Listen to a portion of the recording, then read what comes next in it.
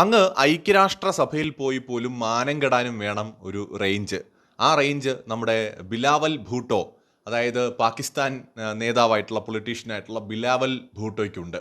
സംഭവം മറ്റൊന്നുമല്ല, ഇന്ത്യ ഡെലിഗേഷൻസിനെ അയച്ചല്ലോ ലോകത്തെ പല രാജ്യങ്ങളിലേക്കും. അതുപോലെ ഇന്ത്യയെ കോപ്പിയടിച്ച് പാകിസ്ഥാനും പലതരം നീക്കങ്ങൾ നയതന്ത്ര തലത്തിൽ നടത്താൻ ശ്രമിക്കുന്നുണ്ട്. അതിൻ്റെ ഭാഗമായിട്ട് ഐക്യരാഷ്ട്രസഭയിൽ നടന്ന പത്രസമ്മേളനത്തിൽ ഈ ഇന്ത്യ വർഗീയത പരത്താൻ ശ്രമിക്കുന്നു, മുസ്ലിങ്ങളെ അടിച്ചമർത്താൻ ശ്രമിക്കുന്നു എന്ന് പറഞ്ഞുകൊണ്ട് പരമ്പരാഗതമായ വർഗീയ ശൈലി തന്നെയാണ് ബിലാവൽ ഭൂട്ടോ ഫോളോ ചെയ്തത്. ഇന്ത്യയുടെ ചരിത്രത്തിൽ വർഗീയതയ്ക്ക് തുടക്കമിട്ടത് ആരാണെന്നൊക്കെ എല്ലാവർക്കും അറിയാം. ഞങ്ങൾക്ക് ഇന്ത്യയുമായി ഒത്തുപോകാൻ കഴിയില്ല, ഞങ്ങളുടേത് ഡിഫറൻ്റ് ആയിട്ടുള്ള സംസ്കാരമാണെന്ന് പറഞ്ഞുകൊണ്ട് ഇന്ത്യയെ ആദ്യം വെട്ടിമുറിച്ചത് തീവ്രവാദികളായിട്ടുള്ള പാകിസ്ഥാനികൾ തന്നെയാണ്. യഥാർത്ഥ മതേതരവാദികളായ മുസ്ലിങ്ങൾ ഇന്ത്യയിൽ ഉണ്ടായിരുന്നു. അവരൊരിക്കലും വിഭജനം ആവശ്യപ്പെട്ടില്ല. വിഭജനം ആവശ്യപ്പെട്ടത് വർഗീയവാദികളായിട്ടുള്ള മനുഷ്യരായിരുന്നു. അവരാണ് ഇന്ത്യയെ വെട്ടിമുറിച്ചതും ഒരു സ്വന്തം രാജ്യമുണ്ടാക്കിയതും.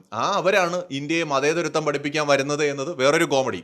എന്താണെങ്കിലും ഈ ബിലാവൽ ഭൂട്ടോ പറഞ്ഞ് അവിടെ ഫലിപ്പിക്കാൻ ശ്രമിച്ചത് ഇന്ത്യ ഒരു ഇസ്ലാമിക വിരുദ്ധ രാഷ്ട്രമായതുകൊണ്ടാണ് പാകിസ്ഥാനെതിരെ ഈ ഒരു ആക്രമണങ്ങളൊക്കെ നടത്താൻ ശ്രമിക്കുന്നത്, പാകിസ്ഥാനെ ഇങ്ങനെ ബ്ലെയിം ചെയ്യുന്നത് എന്ന തരത്തിലാണ് അദ്ദേഹം അവിടെ പറയാൻ ശ്രമിച്ചത്.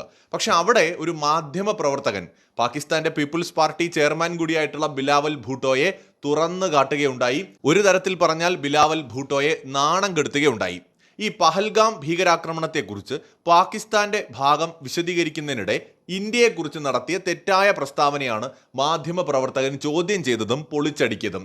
ബിലാവൽ ഭൂട്ടോ പരസ്യമായിട്ട് ഇളിഭ്യനാവുക മാത്രമല്ല, മറുപടിയില്ലാതെ വാപോയ കോടാലിയെ പോലെ ഇരിക്കുന്നതും കാണാൻ സാധിക്കും. ന്യൂയോർക്കിലെ ഐക്യരാഷ്ട്രസഭ ആസ്ഥാനത്ത് നടന്ന പത്രസമ്മേളനത്തിലാണ് ഈ സംഭവങ്ങൾ നടക്കുന്നത്.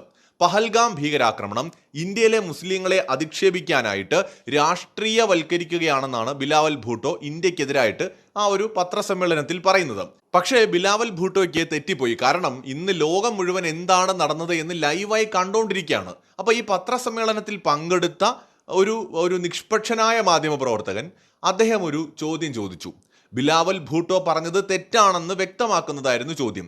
അദ്ദേഹം പറഞ്ഞത് ഇപ്രകാരമാണ്: കാശ്മീരിൽ അടുത്തിടെ നടന്ന ഭീകരാക്രമണം ഇന്ത്യയിലെ മുസ്ലിങ്ങളെ അധിക്ഷേപിക്കാനുള്ള രാഷ്ട്രീയ ആയുധമാക്കുകയാണെന്നാണ് നിങ്ങൾ പറഞ്ഞത്. പക്ഷെ ഞാൻ ഇരുഭാഗത്തുമുള്ള വിശദീകരണങ്ങൾ കണ്ടിരുന്നു. ഇന്ത്യയുടെ ഭാഗത്തു നിന്ന് വിശദീകരണം നൽകിയവരിൽ ഒരു മുസ്ലിം സൈനിക ഉദ്യോഗസ്ഥയും ഉണ്ടായിരുന്നു എന്നാണ് എൻ്റെ ഓർമ്മ. മാധ്യമപ്രവർത്തകൻ ഇപ്രകാരമാണ് ബിലാവൽ ഭൂട്ടോയോട് പറഞ്ഞത്. അതോടെ ബിലാവൽ ഭൂട്ടോയുടെ കിളിപോയി. കാരണം മറുപടിയൊന്നുമില്ല. ഇന്ത്യ ഒരു ഇസ്ലാമിക വിരുദ്ധ രാജ്യമാണെന്ന് വരുത്തി തീർക്കാൻ പാകിസ്ഥാൻ ശ്രമിച്ചപ്പോൾ അവിടെ ഒരു മാധ്യമ പ്രവർത്തകൻ തന്നെ ചൂണ്ടിക്കാണിച്ചു, ഇന്ത്യ നടത്തിയ കൗണ്ടർ അറ്റാക്കിനെ കുറിച്ച് കൃത്യമായി പ്രതികരണങ്ങൾ നൽകുന്നതിന് വേണ്ടിയിട്ട് ആദ്യം നിയോഗിക്കപ്പെട്ട ഉദ്യോഗസ്ഥരിൽ ഒരു ഇസ്ലാം മത വിശ്വാസി ഉണ്ടായിരുന്നു. നമുക്ക് ഓർമ്മയുണ്ട്. ഒന്ന് സോഫിയ ഖുറേഷി, മറ്റൊന്ന് wing commander Vyomika Singh. Colonel Sofiya ഖുറേഷിയും അതുപോലെ വിംഗ് കമാൻഡർ വ്യോമിക സിംഗുമാണ് തുടക്കത്തിൽ ഇന്ത്യയുടെ കൃത്യമായ നീക്കങ്ങളെക്കുറിച്ചും ഇന്ത്യ ചെയ്ത കാര്യങ്ങളെക്കുറിച്ചും ഭീകരാക്രമണത്തിന് തിരിച്ചടി നൽകിയതിനെക്കുറിച്ചുമൊക്കെ മാധ്യമ പ്രവർത്തകരോട് സംസാരിച്ചത്, വിശദീകരണം നൽകിയത്. അപ്പോൾ ഇന്ത്യ വളരെ കൃത്യമായി തന്നെ ഇന്ത്യയുടെ സ്റ്റാൻഡ് ലോകത്തിൻ്റെ മുമ്പിൽ മനസ്സിലാക്കി തന്നെയാണ് പറഞ്ഞത്. കാരണം നരേന്ദ്രമോദി സർക്കാരിന് അറിയാം പാകിസ്ഥാൻ എന്താണ് ശ്രമിക്കുന്നത് എന്ന്. ഇസ്ലാമിക രാജ്യങ്ങളെ കൂടെ നിർത്തിക്കൊണ്ട് ഇന്ത്യക്കെതിരായ ഒരു നീക്കമാണ് പാകിസ്ഥാൻ ആഗ്രഹിക്കുക, അവരതിനായിരിക്കും ശ്രമിക്കുക എന്ന് ഓടുന്ന പട്ടിക്ക് ഒരു മുഴം മുമ്പേ എന്നറിയുന്നത് പോലെ ഇന്ത്യ ഗവൺമെന്റ് മനസ്സിലാക്കുകയും, ഇന്ത്യ എന്ന് പറയുന്നത് ധാരാളം ഇസ്ലാം മത വിശ്വാസികൾ ജീവിക്കുന്ന ഒരു രാജ്യമാണ്. എന്തിന് നമ്മുടെ മിഡിൽ ഈസ്റ്റ് മൊത്തം കൂട്ടിയാൽ കൂടില്ല പോപ്പുലേഷൻ ബേസിൽ ഇന്ത്യയോടൊപ്പം എത്താൻ. മിഡിൽ ഈസ്റ്റിലെ സൗദിയും UAEയും ഖത്തറും അല്ലെങ്കിൽ അവിടെയുള്ള എല്ലാ ഗൾഫ് രാജ്യങ്ങളെല്ലാം കൂടെ തലകുത്തി നിന്നാൽ പോലും ഇന്ത്യയിലുള്ള മുസ്ലിങ്ങളുടെ അത്രയും എത്തില്ല. പാകിസ്ഥാനിലുള്ളതിനേക്കാൾ മുസ്ലിങ്ങൾ ഇന്ത്യയിൽ ഉണ്ടെന്നാണ് കണക്കാക്കപ്പെടുന്നത്. അപ്പം അങ്ങനത്തെ ഒരു രാജ്യമാണ് ഇന്ത്യ.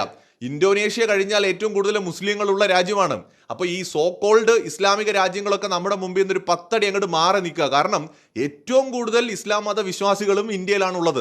ലോകത്തെ ഏറ്റവും കൂടുതൽ ഹിന്ദുക്കൾ ഉള്ളതും ഇന്ത്യയിലാണ്. ഏറ്റവും കൂടുതൽ ഇസ്ലാം മത വിശ്വാസികളുള്ള രാജ്യങ്ങളിലും രണ്ടാമത് ഇന്ത്യയാണ്.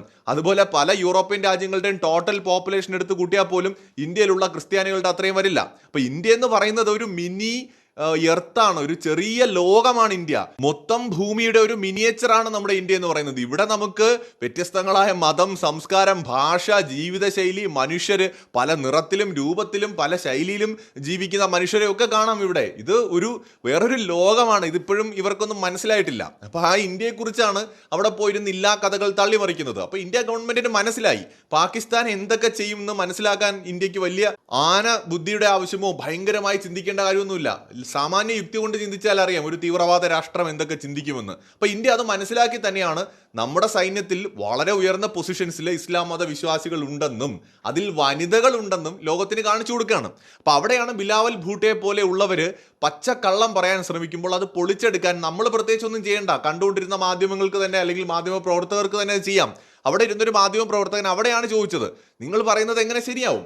കാരണം ഇന്ത്യയുടെ ആ ഒരു മിലിറ്ററി ബ്രീഫിംഗ് കൊടുത്ത സമയത്ത് അതിൽ ഇസ്ലാം മത വിശ്വാസികളും ഉണ്ടായിരുന്നു. പിന്നെ എങ്ങനെയാണ് നിങ്ങൾക്ക് ഇന്ത്യ ഇസ്ലാം വിരുദ്ധ രാജ്യമാണെന്ന് പറയാൻ പറ്റുക എന്നൊരു ചോദ്യമാണ് അവിടെ മാധ്യമ പ്രവർത്തകൻ ചോദിച്ചത്. അത് ബിലാവൽ ഭൂട്ടോയുടെ കിളി പറത്തി എന്ന് നിസ്സംശയം പറയാൻ പറ്റുമെന്ന് മാത്രമല്ല, പാകിസ്ഥാന്റെ ഒരു ഗൂഢ ലക്ഷ്യം, ഒരു തന്ത്രം അവിടെ ചീറ്റിപ്പോയി. ഇവര് ഇന്ത്യയെ ഇസ്രായേലിനെ പോലെ ഒരു രാജ്യമായിട്ട് പ്ലേസ് ചെയ്യാനാണ് ശ്രമിക്കുന്നത്. ഇസ്രായേൽ ശരിയാണ്, ജൂത ഭൂരിപക്ഷമുള്ള രാജ്യമാണ്.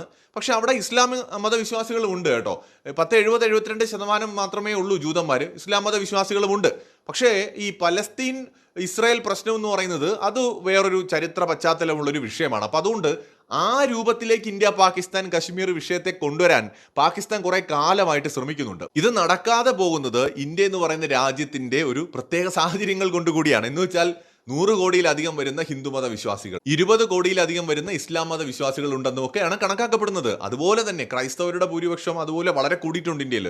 അതോടൊപ്പം തന്നെയാണ് സിഖ് മത വിശ്വാസികളും ബുദ്ധന്മാരും പാഴ്സികളും ജൈനന്മാരും എന്ന് വേണ്ട ഒരുപാട് മതവിശ്വാസികളുള്ളൊരു രാജ്യമല്ലേ. ഇവരുടെ ഒന്നും അജണ്ടകളൊന്നും നടക്കില്ലെന്നേ. അപ്പം നമ്മുടെ ഇന്ത്യയിൽ എല്ലാം ഉണ്ട്. അതുതന്നെയാണ് പാകിസ്ഥാന് സഹിക്കാത്തതും. ഒത്തൊരുമയും ഉണ്ട്, തമ്മിലടിപ്പിക്കാൻ നോക്കിയിട്ട് നടക്കുന്നില്ല. ചില പ്രശ്നങ്ങളൊക്കെ അവിടെയും ഇവിടെയൊക്കെ ഉണ്ടെങ്കിലും അവസാനം ഇന്ത്യക്കാരെല്ലാം ഒറ്റക്കെട്ടാവുകയാണ്.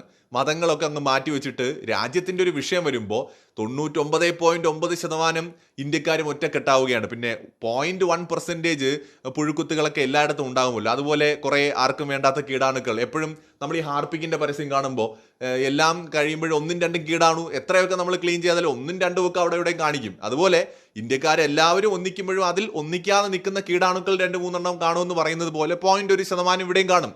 പിന്നെ ഇന്ത്യയുടെ ഒരു ടോട്ടൽ പോപ്പുലേഷനിൽ 0.1% എന്ന് പറയുമ്പോൾ അത് അത്യാവശ്യം കൂടുതൽ ആൾക്കാരുള്ളതായിട്ട് നമുക്ക് തോന്നും. കാരണം പോപ്പുലേഷൻ അത്രയും ഉണ്ട്. 145 കോടിയുടെ 0.1% എന്ന് പറയുമ്പോൾ ഒട്ടും ചെറുതാവില്ല. അതാണ് നമുക്ക് ഇവരെ ഇങ്ങനെ കാണാൻ പറ്റുന്നത് പലയിടത്തും. അല്ലെങ്കിൽ നമ്മൾ ശ്രദ്ധിക്കത്തില്ല ഇങ്ങനെയുള്ള കൂട്ടരെ. മറ്റു പല രാജ്യങ്ങളിലും ഇത്തരക്കാർ, ഈ കുത്തിത്തിരിപ്പുകാർ, രാജ്യവിരുദ്ധരും രാജ്യദ്രോഹികളും ഒക്കെ ഉണ്ടെങ്കിലും അവരെ നമുക്ക് പെട്ടെന്ന് ഐഡന്റിഫൈ ചെയ്യാൻ പറ്റാത്തത് വളരെ കുറവായിരിക്കും. ഇന്ത്യയുടെ ഒരു വലിയ പോപ്പുലേഷൻ കൂടുതലുള്ള രാജ്യമായതുകൊണ്ട് ഇവരുടെ എണ്ണത്തിലും കൂടുതൽ എണ്ണം ഉണ്ടാവും ഇവരും. അതേ ഉള്ളൊരു പ്രശ്നം. പക്ഷേ എങ്കിലും 99.9% രാജ്യത്തിൻ്റെ ഒരു വിഷയം വരുമ്പോൾ മതം, രാഷ്ട്രീയം, ജാതി ഇതെല്ലാം മാറ്റി വെച്ചിട്ട് ഒറ്റക്കെട്ടാവും. കാരണം നമുക്കറിയാം ഇത് നമ്മുടെ മണ്ണാണ്. നമ്മൾ ജനിച്ച് വീണ് നമ്മളെ പൂർവികരും നമ്മൾ ഭാവി തലമുറയും ഒക്കെ ജീവിക്കേണ്ട നമ്മുടെ മണ്ണാണ്. അപ്പോൾ ഇതിനെ വിട്ടുകൊടുക്കാൻ നമ്മളാരും തയ്യാറാവില്ല. രാജ്യത്തിൻ്റെ കാര്യം വരുമ്പോൾ നമ്മളെല്ലാവരും ഒറ്റക്കെട്ടായിരിക്കും. ഇത് പാകിസ്ഥാന് മനസ്സിലായിട്ടില്ല. കാരണം പാകിസ്ഥാൻ ഇപ്പോഴും ഇന്ത്യയുടെ ആത്മാവിനെ തിരിച്ചറിയുന്നതിന് പരാജയപ്പെടുന്നത് കൊണ്ടാണ് ഇങ്ങനെ അന്താരാഷ്ട്ര സമൂഹങ്ങൾക്കിടയിൽ പോലും അവർക്ക് നാണം കെടേണ്ടി വരുന്നത്. മറ്റൊരു വീഡിയോയുമായി വീണ്ടും വരാം.